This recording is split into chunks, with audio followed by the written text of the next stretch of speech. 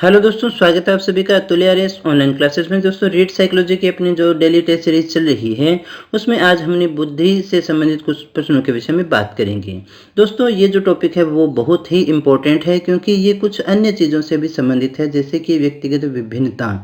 तो यहाँ से जो प्रश्न आपसे पूछे जा सकते हैं वो बुद्धि की परिभाषा से संबंधित हो सकते हैं, बुद्धि के जो एक तत्व और जो सिद्धांत दिए गए हैं उनसे संबंधित हो सकते हैं, या फिर बुद्धि लब्धि के अनुसार व्यक्तियों का जो वर्गीकरण है वहाँ से भी आपसे प्रश्न पूछे जा सकते हैं। तो अपने आप में ये काफ़ी इम्पोर्टेंट टॉपिक है और यहाँ से प्रश्न आता ही आता है।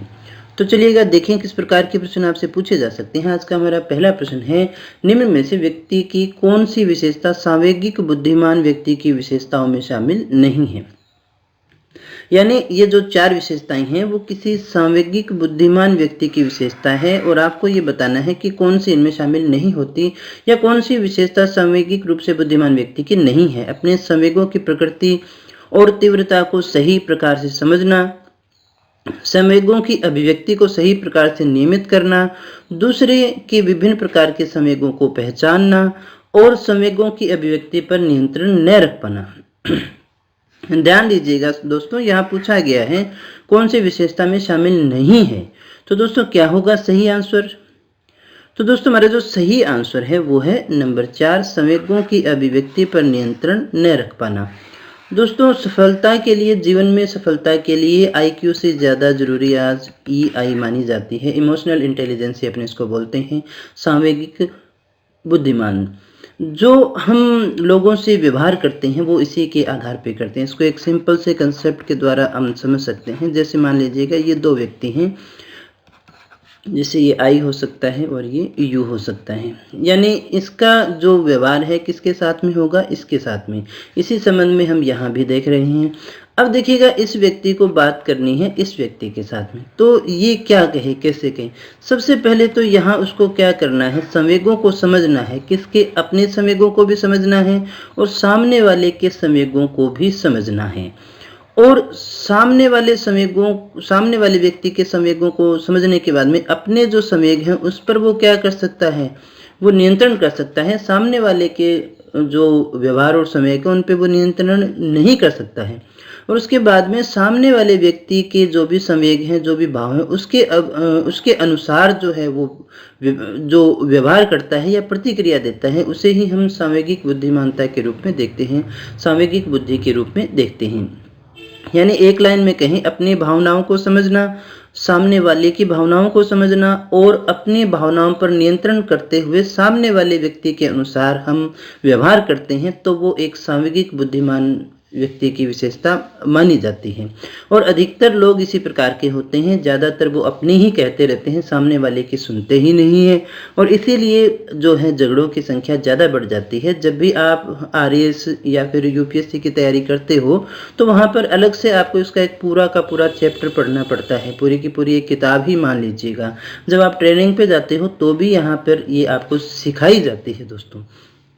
तो ये काफ़ी इम्पोर्टेंट है आपकी सफलता के लिए। आप इसको थर्ड आई के रूप में भी देख सकते हैं।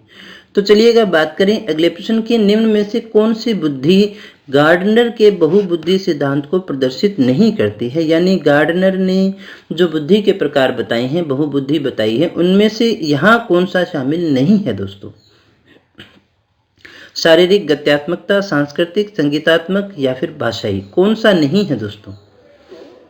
तो दोस्तों हमारा जो सही आंसर है वो है नंबर 2, सांस्कृतिक नहीं है। गिलफोर्ड के बुद्धि संरचना प्रतिरूप में प्राप्त योग्यताओं का निम्न में से किस क्रम में नामकरण किया गया है। संक्रिया, संघटक, उत्पाद, संक्रिया, उत्पाद और संघटक, संघटक, संक्रिया, उत्पाद, उत्पाद, संघटक, संक्रिया। है तो ये तीन ही चीज। आपको ये बताना है कि इनको किस क्रम में नामकरण किया गया है। क्या है दोस्तों सही आंसर? तो चेक करिएगा दोस्तों, हमारा जो सही आंसर है वो है नंबर 1, संक्रिया, संघटक और उत्पाद। एकाधिक बुद्धिमानी का सिद्धांत कहता है कि प्रभावी अध्यापन द्वारा बुद्धि बढ़ाई जा सकती है, बुद्धि तेजी से बढ़ाई जा सकती है, बुद्धि कई प्रकार की हो सकती है या पेपर पेंसिल परीक्षण सहायक नहीं है। एकाधिक बुद्धिमानी का सिद्धांत क्या कहता है दोस्तों? क्या है हमारा सही आंसर?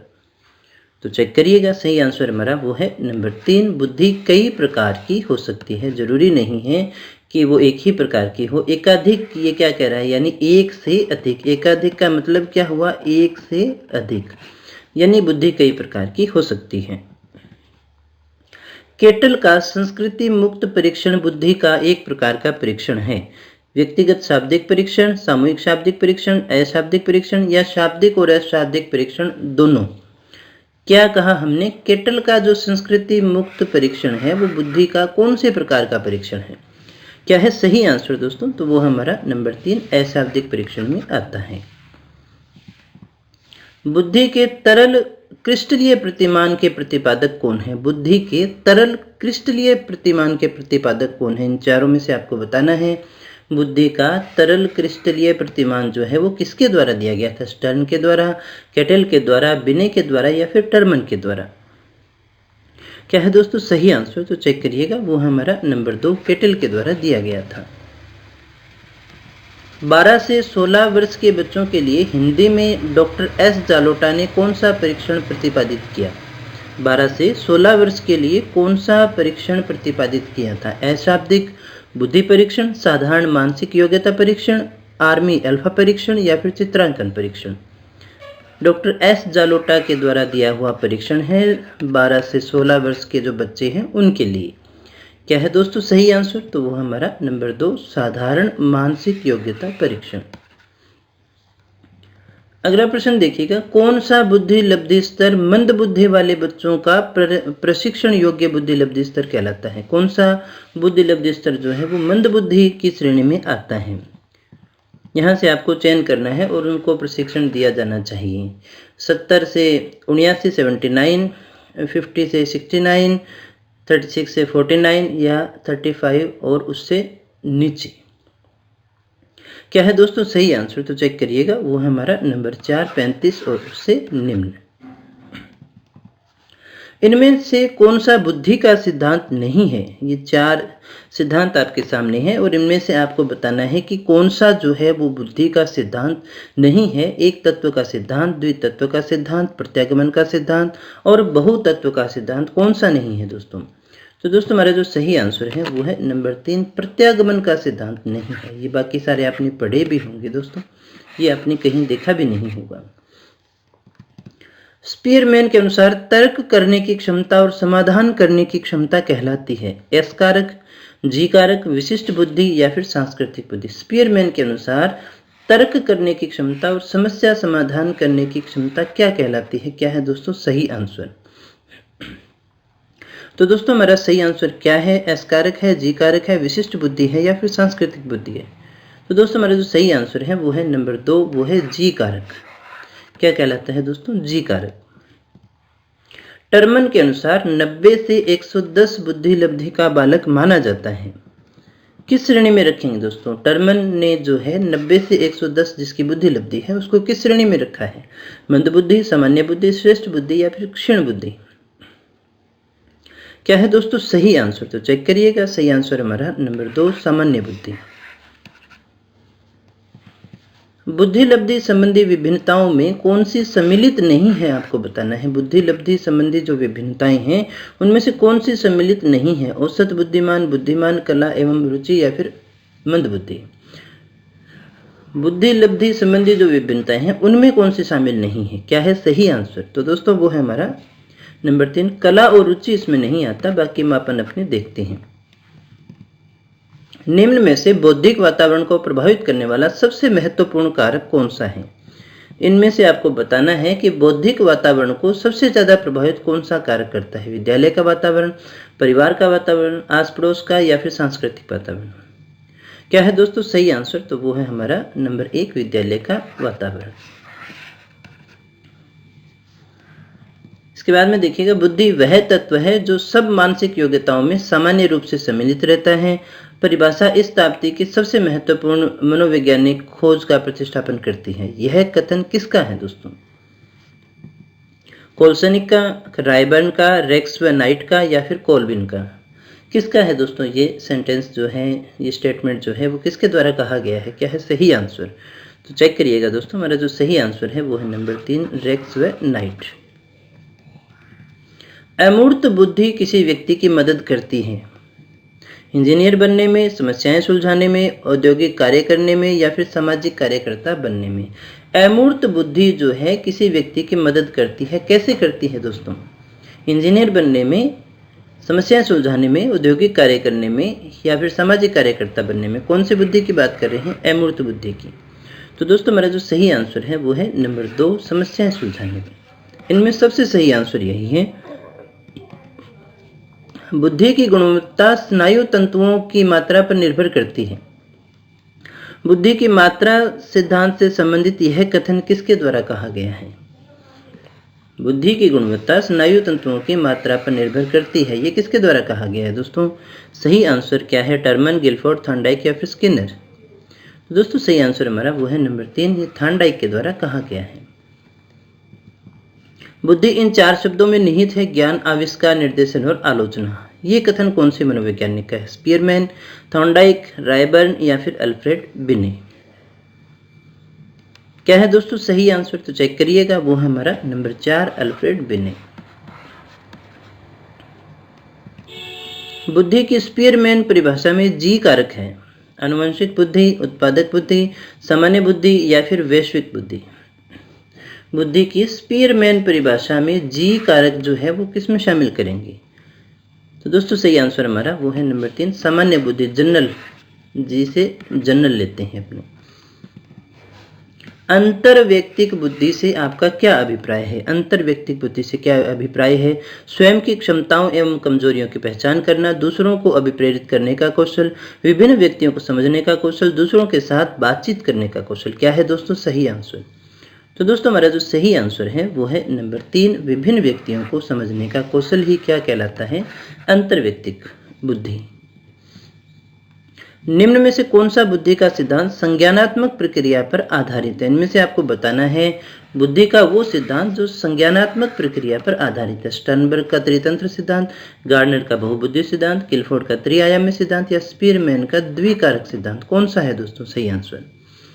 तो दोस्तों हमारा जो सही आंसर है वो है नंबर 3, गिलफोर्ड का त्रिआयामी सिद्धांत जो है वो संज्ञानात्मक प्रक्रिया पर आधारित है।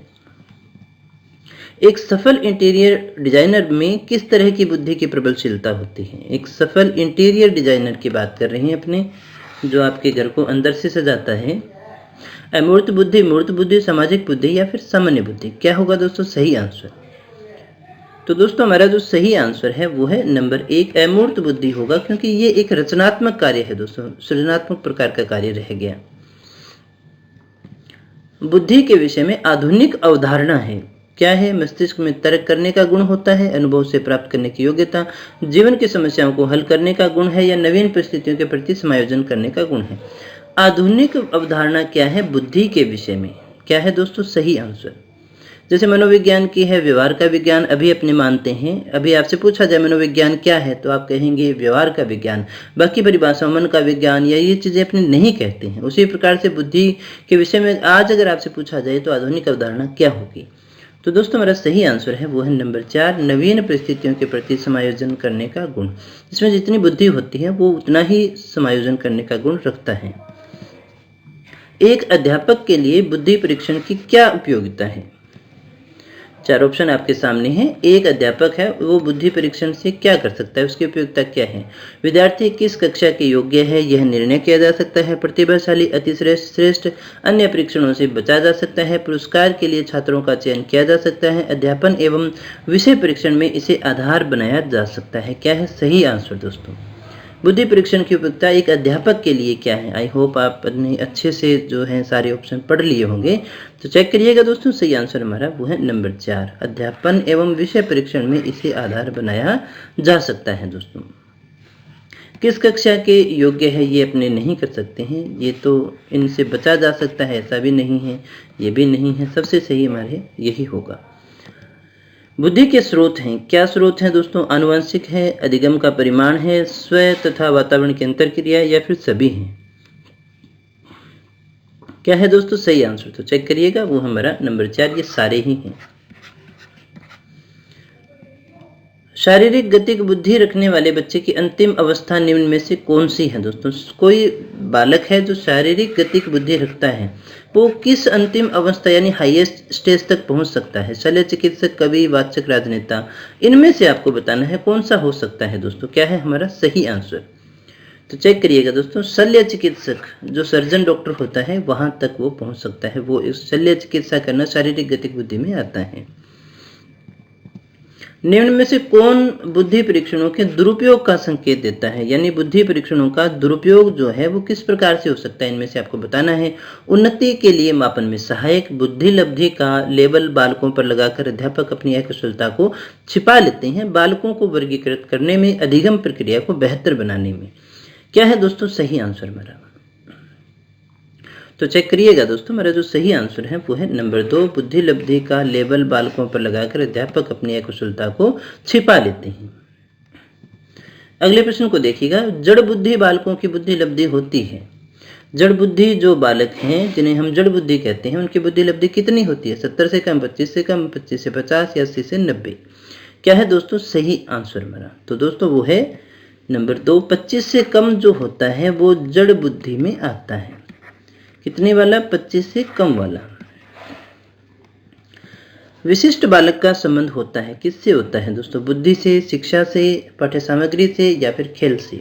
विशिष्ट बालक का जो संबंध है वो निम्न में से किससे होता है? बुद्धि से, शिक्षा से या पाठ्य सामग्री से या खेल से? क्या है दोस्तों हमारा सही आंसर? तो दोस्तों हमारा जो सही आंसर है वो है नंबर 1, बुद्धि से।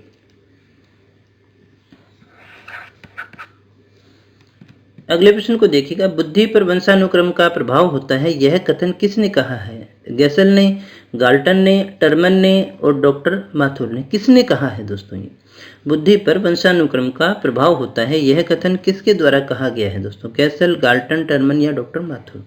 क्या है दोस्तों हमारा सही आंसर? तो चेक करिएगा दोस्तों, हमारा जो सही आंसर है वो है नंबर 3, टर्मन। अगले प्रश्न को देखिएगा, निम्न में से किसका निश्चय केवल आनुवंशिकता के आधार पर होता है? इनमें से कौन सी है जो आनुवंशिकता के आधार पर आती है? केवल यही मानते हैं। इनमें से कौन सा एक होगा जो सबसे सही आंसर होगा? बुद्धि, विकास, व्यक्तित्व या फिर ऊंचाई? क्या है दोस्तों सही आंसर? तो चेक करिएगा, वो है हमारा नंबर 1, बुद्धि जो है वो आनुवंशिकता के आधार पर होती है। तो दोस्तों ये थे आज के हमारे प्रश्न। अगर आपको हमारा प्रयास अच्छा लगा हो तो वीडियो को लाइक कर देना, दोस्तों के साथ में शेयर कर लेना। हाँ, और अगर अभी तक सब्सक्राइब नहीं किया है तो कर लेना, क्योंकि रीड के क्वालिटी एजुकेशन वीडियो और कंप्लीट सिलेबस केवल आपको यहीं पर मिलने वाला है। तो दोस्तों मिलते हैं कल फिर कुछ और नए प्रश्नों के साथ, कुछ और नई जानकारी के साथ। तब तक बने रहे हमारे साथ। Thank you very much.